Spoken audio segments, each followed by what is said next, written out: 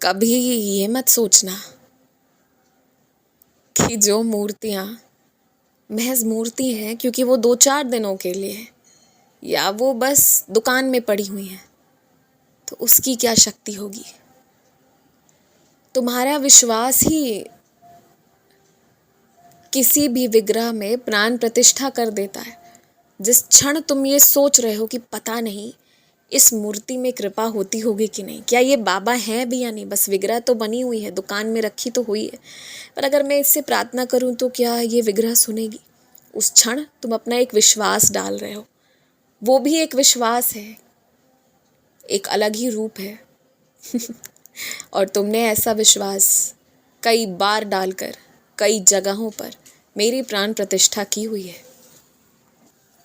तुम मेरे उपासक हो और तुम्हें किसी विशेष जाति या धर्म के होने की आवश्यकता नहीं है।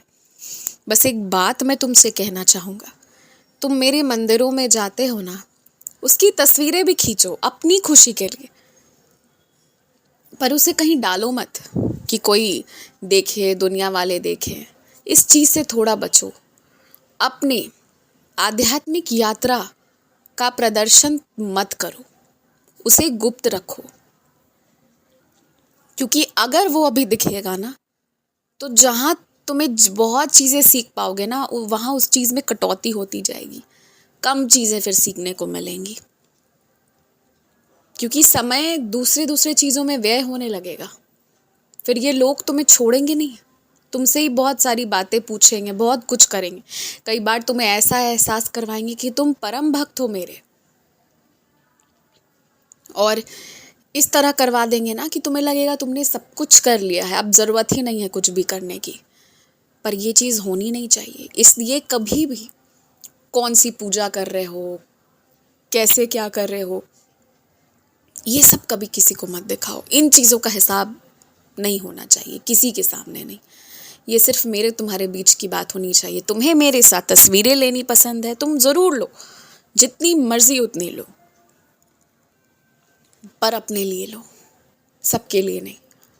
कभी कभी जब कोई चीज़ दिखानी बहुत ज़रूरी होती है जिससे कि लोग सीखें और वो काम करे तो अलग बात है, परंतु रोज़ रोज़ में वो आदत ठीक नहीं है तुम्हारे लिए।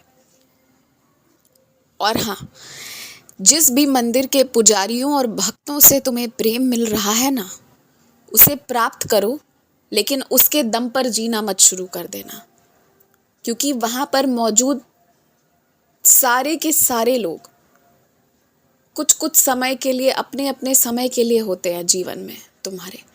अगर कोई होता है जो हमेशा से था और हमेशा से है और हमेशा से रहेगा, तो वो सिर्फ मैं और तुम है इस यात्रा में। तीसरा कोई भी नहीं है, कोई भी नहीं, कुछ भी नहीं, एक तिनका, एक सामान, एक इंसान, कुछ भी नहीं।